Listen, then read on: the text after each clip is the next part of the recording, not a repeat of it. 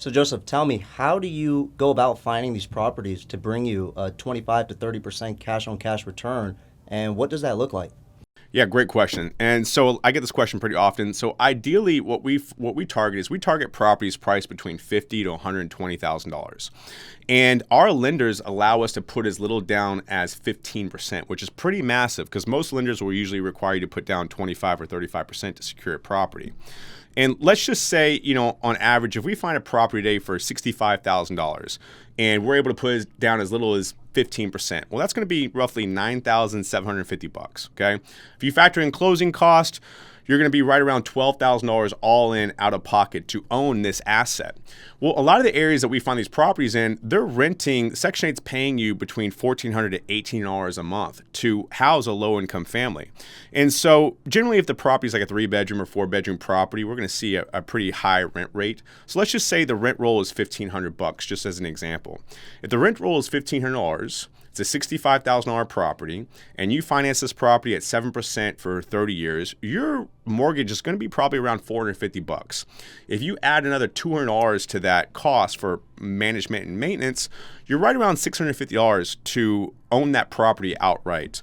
And if you're collecting $1,500 from the Housing Authority, from Section 8, that means you're making a little over $900 a month in net profits to you.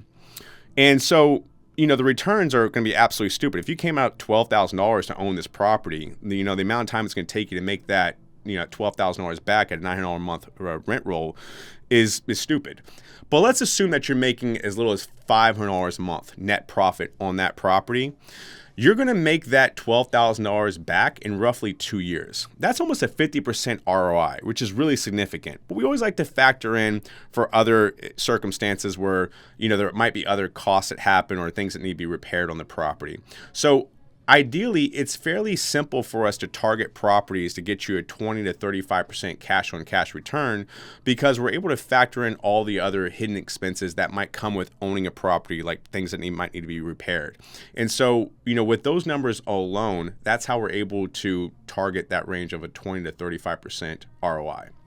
That makes perfect sense, man. And the best part about all of this too is you calculate all these expenses that go into it, and you already have a guaranteed set of income coming in from the government that you don't even need to worry about. Yeah, so it's kind of like we don't like to use guaranteed, but we do like to use the term reliable because you are relying on the government to pay you as the landlord on these properties. And so as long as these properties meet Section 8 standards, they pass Section 8 inspection, and as long as these tenants have the right voucher for Section 8, you can be highly confident on getting the type of rent that is going to get you that 20 to 35% ROI that you're desiring on a lot of these properties.